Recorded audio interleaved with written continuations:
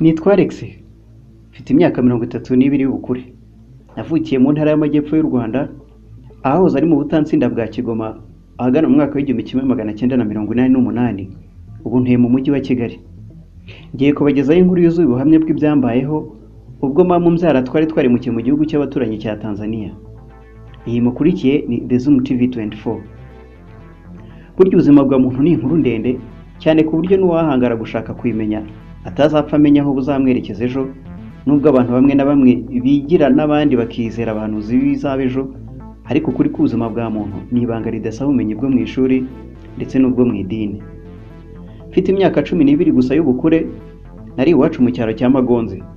Nashoboraga kumvira uwo ari we wese mbitewe no kugira imico myiza, dore ko n'abantu bose bari banzi banyishimiraga, bigatuma abana b'urungano rwanjye bamwe na bamwe bangirira ishyari bitewe n'igikundiro cyinshi nari mfitiwe n'ababyeyi babo, byatumaga bankunda cyane kurusha uko bakunda abana babo.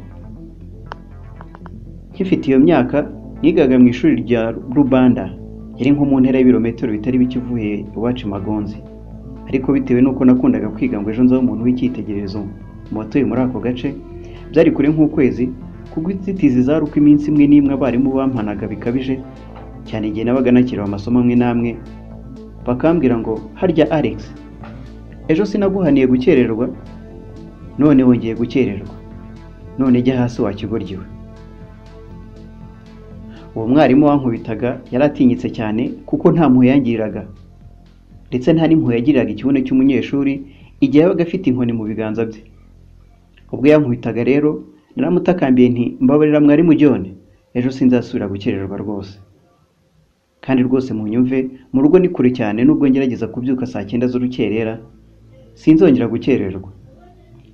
Ubwo narariraga cyane bikomeye, ari nako ngerageza kugisha inama mwarimu John uko nzagunya kwitwara muri iki kibazo cyo kudakererwa kandi urugendo rutanyoroheye, nyuma yo kwimvisha ko nubwo mbimubwiye atabyakira neza, ndetse nubwo yabyakira nabi nakwakira ibimbaho byose, mbese nta kundi nabigenza. Ariko muri ako kanya ntangira kumva ku gice cy'isura yanjye hatangiye kuremera, ndetse numva agize isereri, mbese nsa n'ugiye kwitura hasi. Bidatinze naje kubona igipfunsi kije mu isura yanjye. Icyo gipfunsi nticyari icyundi, cyari cya mwarimu John, maze ahita ambwira ngo wakigoryiwe, uku ni ukugusogongeza utari mu ishuri, noneho ejo uzongera ukererwe nanone. Ubwo mwarimu akimbwira atyo narihuse ngana mu ishuri, mpageze ndirira mu biganza. Ibi byashimishije abanyeshuri bagenzi banjye.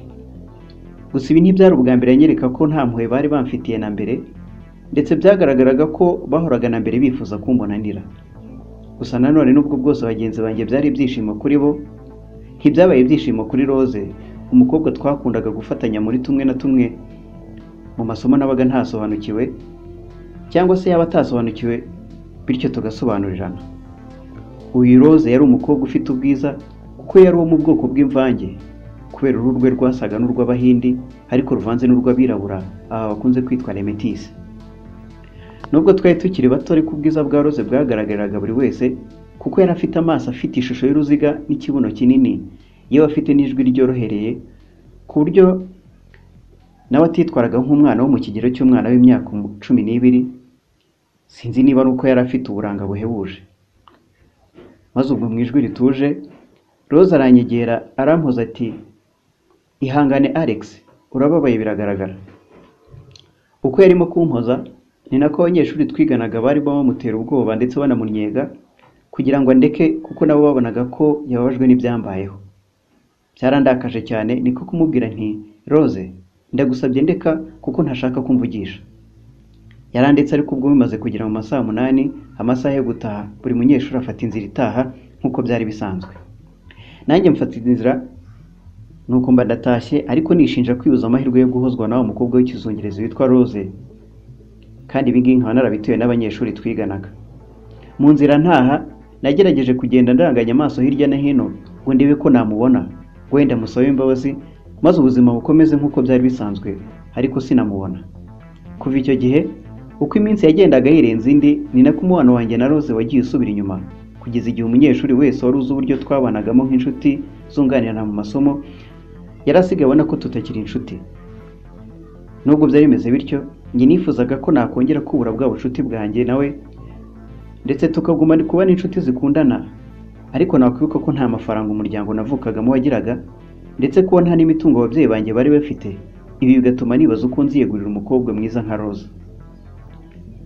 Nubwo nari niyemeje kutazabwira Rose icyo ari cyo cyose cyageraho gihura n'urukundo, ariko wumviye inkuru y'ibyambayeho, reka nkubwire.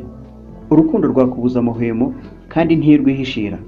Kandi niba hari n'umuntu ukunda, wumve ko ari umugisha kandi ubimubwira uyu munsi, kugira ngo ntibizakubere nk'uko byambereye ubwo nakundaga Rose. Igihe kimwe rero ubwo twarimo twungurana ibitekerezo mu isomo ry'Icyongereza, bwa buryo bw'imyigishirize bwitwa group discussions, njye na Rose ubwo twarimo twungurana ibitekerezo, nahise numva hari ikintu kinsunika kumubwira ko mukunda. Maze ubwo nti Rose, nkubwira ikintu. Ubwo numva iryo jambo risa n'irincitse mbese. Nawe ati, mbwira Alex. Ati, nutambwira ubu ngubu nk'inshuti yawe, uzabwira nde wundi? Ubwo Rose asoje kuvuga, umwanya ubuhawe njye, ariko nanone umwanya wo kwiyahura, ndagukunda Rose. Kubera ko ntari nzi amagambo yabugenewe akoreshwa mu gutereta, nisanga iryo jambo ndagukunda narivuze uko ryakabaye, kandi bizwi ko ari ikosa kandi ritaryohera amatwi y'umukobwa uribwiwe gutyo gusa, haba hano ndetse naho ngaho muri. Nawe niko kumbaza ati, Alex, urakomeje koko iryo jambo rikuvuye ku mutima? Mana yanjye, sinizeye amaso yanjye n'amatwi muri aka kanya. Yongera kumbaza ati, Alex, ibyo uvuze urabikomeje? Uko niko Rose yatangaraga nambaza, ariko mu Cyongereza cyiza kandi gifinyoye, kuko ntari umuhanga cyane muri urwo rurimi, ariko nubwo ntumvaga ibyo avuga, nisanga ndi kubyemeza nkoresheje umutwe n'ijosi, mbese nsa naho ngaragaza ko mvuze nti ndagukunda Rose kandi simbyicuza. Nuko twikomereza kuganira ibindi umwanya utari mutoya, tugera naho dutandukira, twangiza n'umwanya wahariwe group discussion, maze abonye ko twatandukiriye ansaba ko namuha umwanya wo kubitekerezaho neza, maze ejo akazagaruka ku ishuri anzaniye igisubizo kuri ubwo busabe bwanjye. Uwo munsi natanye ibyishimo bitagira ingano, ku buryo nubwo mu rugo hari kure, umunsi natangiye kubona inzira igana iwacu ari ngufi cyane.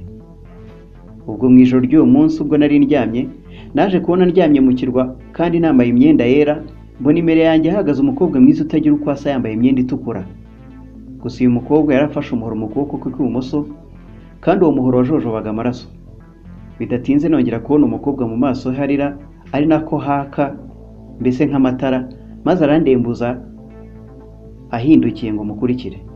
Nahise ngira ubwoba ngerageza kwirukanka, ariko nkumva amaguru yanjye yaguye ikinya, ndetse ntabasha no gushingura ikirenge, ari nako nawe ahindukira agana aho ari, mbese ansange kandi aza yihuta.